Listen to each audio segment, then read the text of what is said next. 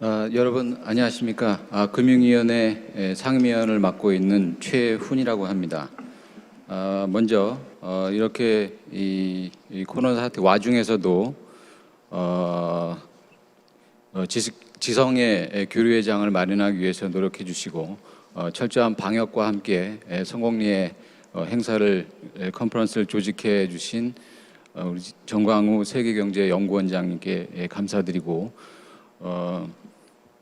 이 사회적인 이 거리두기 여파로 인해서 교류가 단절될 상황에 처해 있습니다만은 위기 극복의 지혜를 모으기 위한 지성의 교류는 계속돼야 된다는 것이 제 생각입니다.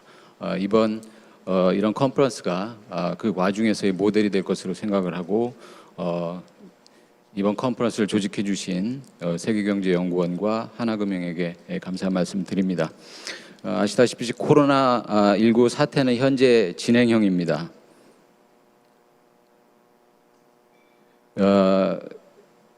이 전 세계 확진자가 4월에 100만 명에 달하였다가 5월 들어서 500만 명으로 증가를 하였고 한 달 만인 6월에는 이제 1천만 명에 육박할 것으로 예상이 되고 있습니다. WHO에서는 내주 중에는 1천만 명에 달할 것이라는 전망을 내놓고 있고요. 이 와중에 경제봉쇄 조치가 다소 완화된 이후에 감염 확산이 가속화될 우려가 마저 제기되고 있습니다. 국내도 마찬가지입니다. 하반기에 들어서는 가을과 겨울에 걸쳐서 2차로 감염 파동도 다시 2차 감염이 세컨 웨이브가 우려된다는 그런 전망들도 제기되고 있는 그런 상황입니다. 이 코로나19 사태에 대한 초기에 각국의 대응은 인상적이었다고 할 수 있겠습니다. 비록 코로나 사태에 대한 예측에는 정확한 예측은 할 수 없었습니다만은 그간의 위기 극복 과정에서 얻은 교훈을 토대로 해서 참으로 인상적으로 대응이 이루어졌고 그것이 어느 정도 효과가 나타나면서 경제적으로 또는 사회적으로 록다운의 완화의 단계까지 이른 건 아닌가 그렇게 생각이 됩니다. 그러나 앞서 말씀드렸듯이 이 감염 사태가 지속이 될 경우에는 록다운이 반복이 되고 겨우 봉합된 경제 버팀목이 재차 부실해질 우려가 있다고 생각이 됩니다. 아무튼 위기의 터널 속입니다. 끝이 보이지 않고 규모와 종료 시기도 가늠할 수 없는 그런 위중 상황이 지속이 되고 있습니다. 하지만 위기는 끝이 있다는 믿음은 위기 이후에 더 나은 미래를 꿈꾸는 동력이 되리라고 생각을 합니다. 코로나 사태가 전혀 예측할 수 없었던 블랙스완적인 사건인가에 대한 논란이 있습니다. 정작 블랙스완 저자인 나심 니콜라스 탈렙은 이미 알려진 기지의 사건이지만 준비가 부족해서 위기가 증폭된 화이트 스완이라고 말한 바 있습니다.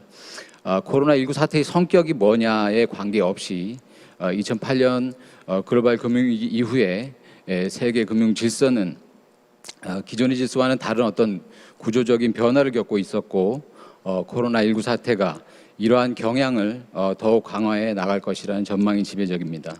이런 관점하에서 위기 극복에 정책적인 해법을 모색하는 것이 실용적이고 바람직하지 않나 생각이 됩니다.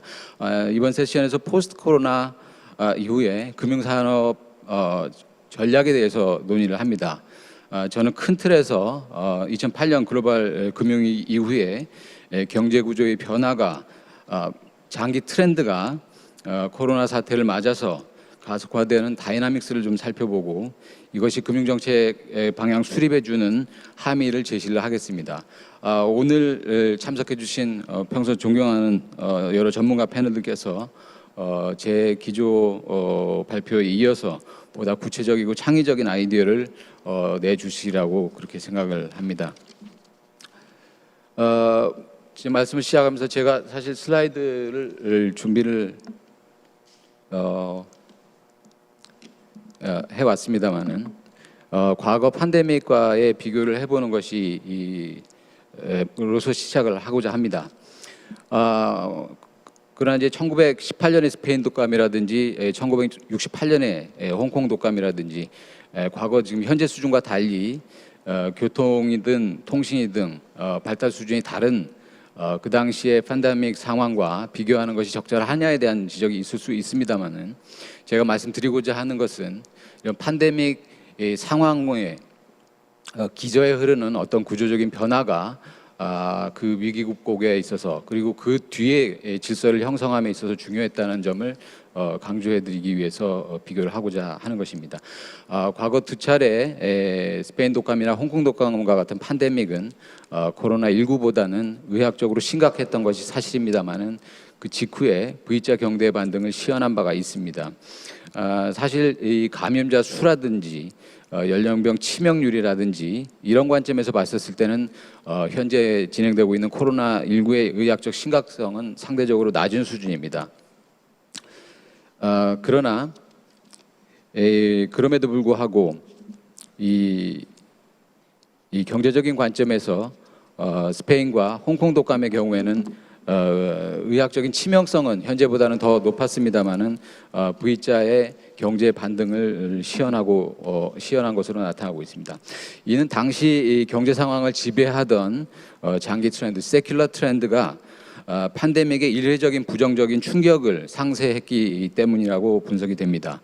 실제로 스페인이나 홍콩 독감 당시에 현재와 같이 사회적인 거리두기라든지 백신의 부재 이와 같은 일시적인 경제 성장 요인들이 이 경제에 저해로 작용을 했습니다마는 당시 세계대전을 준비하기엔 전시동원 체제랄지 글로벌 생산성에 급등하는 단계랄지 또는 이제 당시에 이데올로기 진영 간의 어떤 대립이랄지 하는 이런 세큘러 트렌드 측면에서는 팬데믹의 부정적인 충격 상태를 상쇄할 수 있었다고 생각이 됩니다.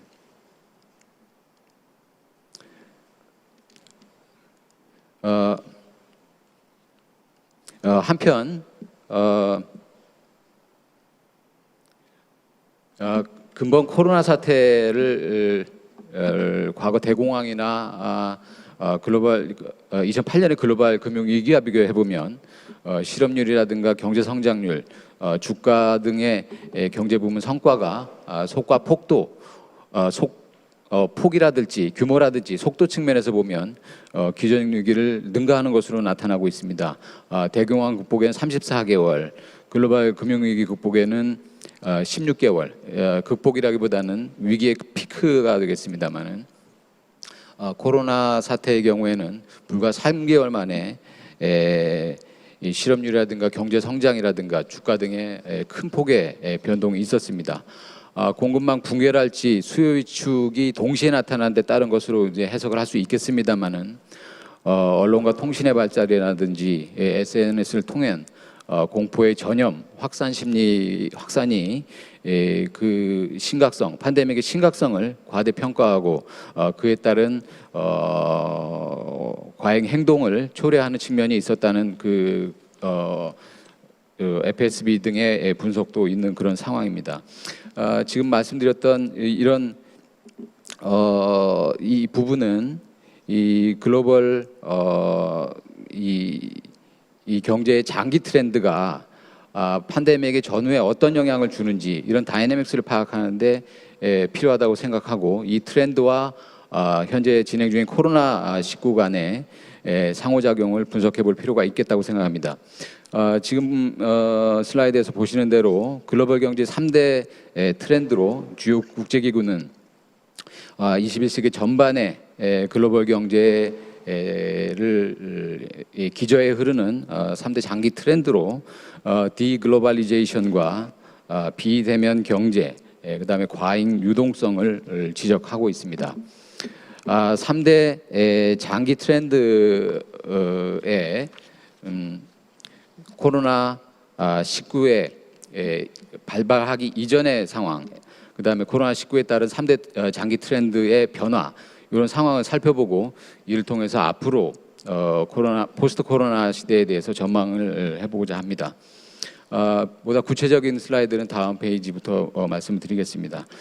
먼저 냉전 종식 이후에 글로벌 정치 경제를 지배하던 글로벌리제이션, 소위 세계화는 2008년 글로벌 금융위기 이후 이미 점진적으로 퇴조하는 추세에 있다고 생각이 됩니다.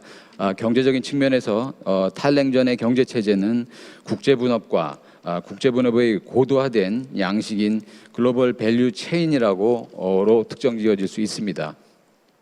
본격적인 경제 개방 이후에 중국이 글로벌 밸류 체인에서 핵심적인 기능을 수행해 왔습니다만 2000년대 전체를 놓고 봤었을 때 2010년 이후에 무역 및 직접 투자 증가세는 둔화하고 있는 것이 사실이고 글로벌 밸류 체인의 중요도도 하락하고 있는 것을 볼 수 있습니다. 정치적인 측면에서도 유럽 통합이랄지 WTO 출범에 따른 다자주의가 국제사회의 새 규범으로 대두되어 왔습니다만 글로벌 금융위기 이후에 선진국과 개도국 간의 갈등이 심화되고 있고 특히 2010년 이후에는 중반 이후에는 전통적인 서구 우방 간에도 여러 형태의 갈등이 점증하고 있는 그런 상황입니다. 이 코로나19는 2000년대 중후반 이후에 이미 진행되어 왔던 정치 경제적인 고립주의, 이 보호주의를 가속화하는 촉매제 역할을 하고 있다고 생각이 됩니다. 정치면에서 기존의 미중러 또는 EU 러시아 갈등에 더해서 코로나19의 기원이나 대응 방법을 놓고 중국, 미국, EU 간의 세로한 갈등이 점화되는 것이냐 아니냐 하는 그런 우려가 제기되고 있습니다. 또한 코로나19와 별개로 주요 국간의 정식 군사적인 긴장감이 나타나고 있고 이것이 신냉전을 불러오는 것이 아니냐라는 우려도 제기되고 있습니다. 소위 말해서 이 콜드워 2.0 버전은 미국과 소련이 이 양대 세력이 패권을 양분하던 콜드워 1.0 버전과 달리 다수 세력의 상이한 이해관계가 상충되는 상황이기 때문에 기존의 양대 축으로 안정되어 있던 것보다는 구조적 취약성이 높은 거 아니냐는 우려도 제기되고 있습니다. 경제적인 측면에서는 코로나19로 2000년 금년 1분기 기간 동안에 중국 경제가 봉쇄됨에 따라서 글로벌 경제에 연쇄적인 피해가 발생을 한 바가 있습니다. 글로벌 밸류 체인의 의존 비중이 큰 전자산업에서도 큰 피해가 발생을 했고 긴급 의료 물자랄지 식량 등 생필품에 대한 수출 통제가 주요국으로 확산되고 있습니다. 코로나19로 인해서 중국 의존도가 높은 현행 글로벌 밸류 체인의 취약성이 부각이 되고 보다 짧고 분산된 글로벌 밸류 체인의 필요성이 대두되고 있습니다. 기존의 디글로벌리제이션 이 트렌드는 코로나 이후에 구체적으로는 5가지 형태의 양상으로 전개되지 않을까 생각이 됩니다. 이것은 이제 리쇼어링과 니어쇼어링으로 얘기되는 글로벌 밸류 체인의 재편을 말할 거고 글로벌 커먼 컨선에 대한 전 세계적인 필요성과 함께 새로운 산업에 대한 혁신의 분야로서 그린 인더스트리에 대한 리부팅 작업이 있지 않을까 이렇게 얘기가 되고요. 또 뒤에 나오겠습니다만 하이퍼 리퀴디티에 의한 실물 경제와 금융 간의 다이버전스 또는 안정과 그렇지 못한 부분 간의 어떤 안전자산과 그렇지 못한 자산 간의 다이버전스 이런 현상들이 본격적으로 제기되고 일 것으로 예견됩니다. 특히 금융시장의 경우에 있어서는 저금리가 장기화됨에 따라서 완화적인 금융 환경이 지속될 것으로 예상이 되고 글로벌 밸류 체인 재편으로 인해서 실물 부분 효율성이 저하될 것으로 보입니다. 이것이 결국엔 실물과 금융의 계류 확대로 나타날 것으로 예견이 되고요. 리쇼어링이라든지 니어쇼어링의 경향을 감안했을 경우에 향후 전개될 글로벌 밸류 체인의 재편과 녹색 성장 분야로의 흐름은 선진국과 일부 선진국 개도국을 중심으로 진행될 것으로 보여지고 대다수의 개발도상국과 신흥시장에서는 성장성과 생산성의 저하의 가능성도 나타나리라고 생각이 됩니다. 이는 결국에는 국제적으로도 또는 국내적으로 안전자산 위험자산 간의 괴리가 확대되는 상황으로 이어질 수 있다고 판단이 됩니다. 두 번째 나타날 수 있는 그런 세큐러 트렌드로는 비대면 경제를 지적을 할 수 있겠습니다. IT 기술이 발전하면서 온라인 플랫폼 기업들을 매개로 한 비대면 경제, 그다음에 비대면 서비스가 2000년대 후반부터 새로운 트렌드로 부상을 하고 있습니다. 실무 측면에서 비대면 서비스 관련 직종이 고학력자 선호직업을 창출하는 건 물론 생산성 측면에서도 기존 대면 기반 직종에 비해서 비교 우위가 나타나게 되고 있습니다. 금융에서도 비대면 경제에서 핵심 경제 기능을 수행하는 플랫폼 기업이 2010년대 중반 이후에 지급결제 등 금융업으로의 진출을 모색하고 있습니다. 이들 소위 말해서 빅테크 기업은 방대한 데이터베이스와 건전한 수익 구조, 자본 이런 데 기반해서 비교 우위를 갖고 기존 금융 회사를 양적 질적으로 위협하고 있는 그런 상황이라고 할 수 있습니다. 개발도상국의 경우에서는 빅테크가 보험이랄지 자산운용 등 다양한 금융업권으로 진출하고 있습니다만은 선진국에서는 주로 지급결제 업무만으로 한정적으로 나타나고 있는 그런 상황에 있습니다. 코로나19는 결국 피지컬 이코노미, 소위 말하는 대면 경제에 기초한 서비스 업종 중심으로 커다란 피해가 발생할 거다라고 무디스는 전망하고 있습니다. 과거 스페인이나 홍콩 독감 때에도 대면 서비스 업종에 집중적인 피해가 발생을 했습니다만 당시에 대체제가 부재하기 때문에 대면 경제 시스템은 계속돼서 유지되어 왔습니다. 하지만 코로나19 락다운 기간 동안에는 비대면 경제가 대면 경제의 상당 부분을 대체하고 있고 이것은 결국 비대면 경제로의 전환 가능성을 확인해주고 있다고 보여집니다. 금융면에 있어서도 비대면 서비스의 중요성이 부각이 됐고 선진국 주요 은행들의 경우에는 이미 추진하고 있는 디지털화의 신속한 추진 필요성에 공감하고 있는 그런 상황입니다. 이 비대면 경제로의 대대적인 전환을 코로나19 초기에는 예상을 해왔습니다만 점차 최근 들어서는 대면과 비대면의 어떤 중간 단계, 소위 말해서 피지털 경제에 머물 거라는 전망도 나타나고 있습니다. 서비스 제공 양태 등을 감안했을 때 비대면 서비스의 추가 도입력이 크지 않다라고 보여지는 건데요. 슬라이드 좌측에서 보이는 그림입니다. 또한 그 비대면 경제는 질 낮은 일자리를 중심으로 고용을 창출하는 그런 경향이 있다는 ILO의 지적도 있고요. 코로나19로 인해서 양극화의 압력이 높아진 상황에서 비대면 경제로의 급격한 부담은 또 정치적이고 또는 경제적으로 부담을 지을 것으로 보입니다. 금융면에서는 플랫폼 기업이 실무 시장에서 위상이 강화됨에 따라서 이들의 본격적인 금융업 진출은 오히려 어려워질 것으로 전망됩니다.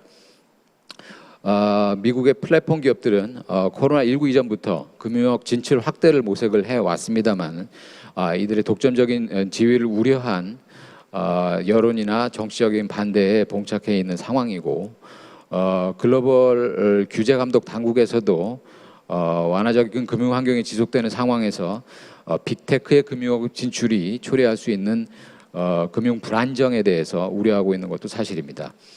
플랫폼 기업의 금융업 진출은 불가피하고 또 확대되겠지만 당분간은 핵심 산업 부문의 수익성 제고에 기여할 수 있는 지급결제, 페이먼트 위주로 제한적으로 진출되지 않을까 그렇게 보여집니다. 세 번째 지적할 수 있는 그런 트렌드로는 과잉 유동성입니다. 이미 지난해 하반기 IMF의 글로벌 파이낸셜 스테빌리티 리포트에는 Low for Longer라는 타이틀로 인해서 이 부분이 지적이 되고 있었습니다.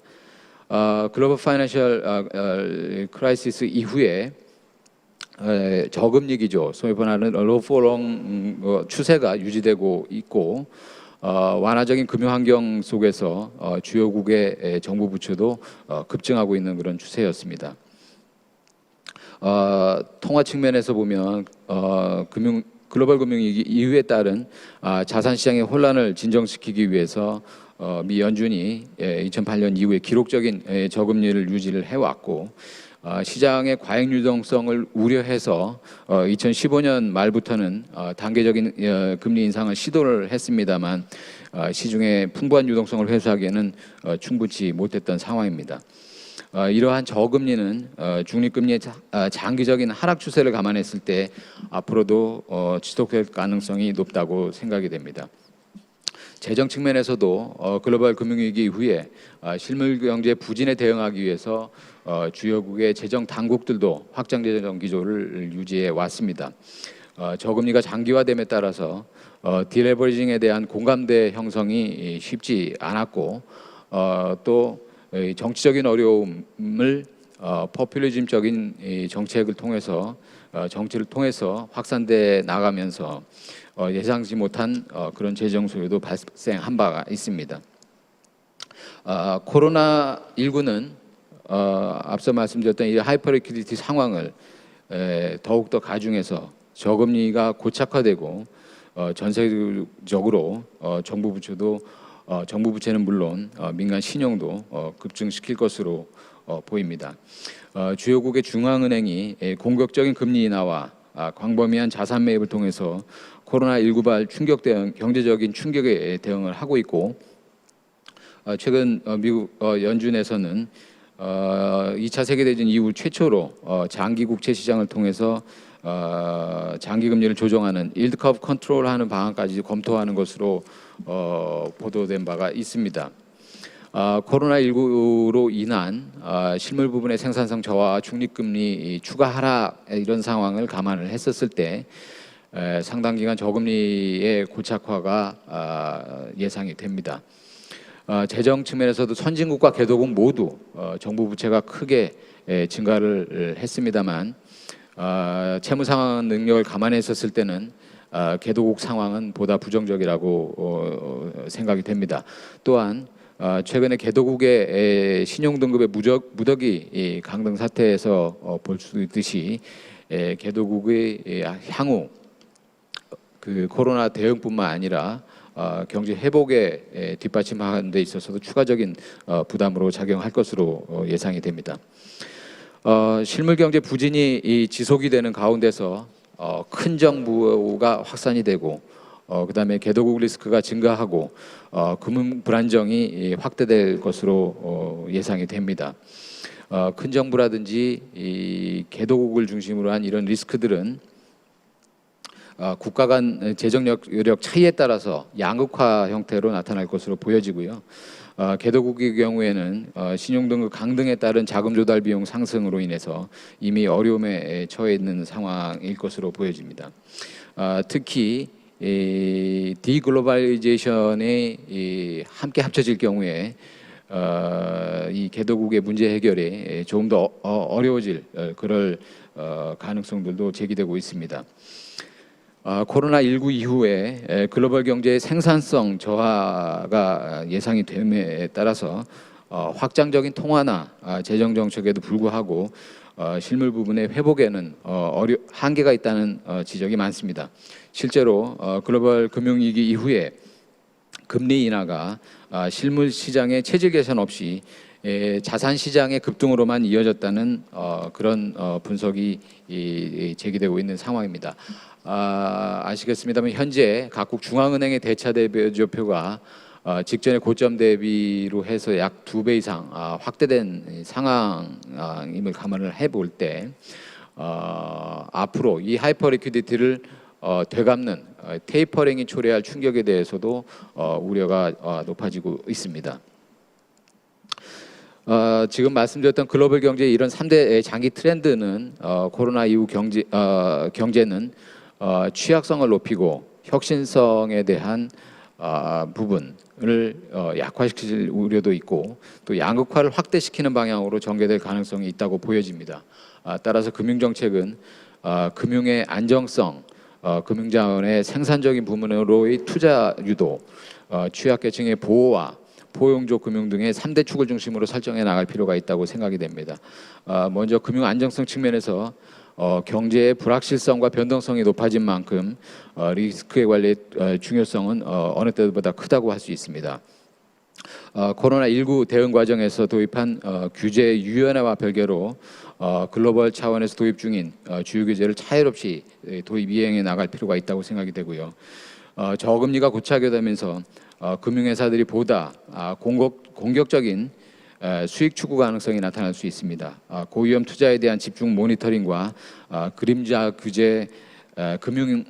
금융에 대한 규제 강화도 시급한 과제입니다. 아울러 빅테크의 금융업 진출 확대와 시장 지배 가능성에 대해서도 면밀히 모니터링하고 대응할 필요가 있다고 생각이 됩니다. 실물 시장에 있어서는 이 시중 유동성의 풍부한 시중 유동성이 이 비생산적인 자산 쏠림으로 이어지는 것을 최소화하고 실물 시장 내 생산적 분야로 유입되도록 유도되어야 할 것입니다. 특히 포스트나 코로나의 주요 화두인 글로벌 밸류체인의 재편이랄지 저탄소 그린 인더스트리 육성에 기여하기 위한 금융의 역할을 고민할 필요가 있을 것입니다. 코로나19로 국가 간 또는 국가 내에서의 양극화가 심화될 것으로 예상이 됩니다. 금융의 사회 안전망 역할이 강조가 될 필요가 있고 각종 금융 사고에 대한 엄정한 대응도 필요합니다. 전체적으로 요약해서 말씀드리면 코로나19 이전부터 존재하던 글로벌 경제의 장기 트렌드를 감안했을 때 스페인이나 홍콩 독감 때와 같은 V자 경제 반등은 쉽지 않을 것으로 예견이 됩니다.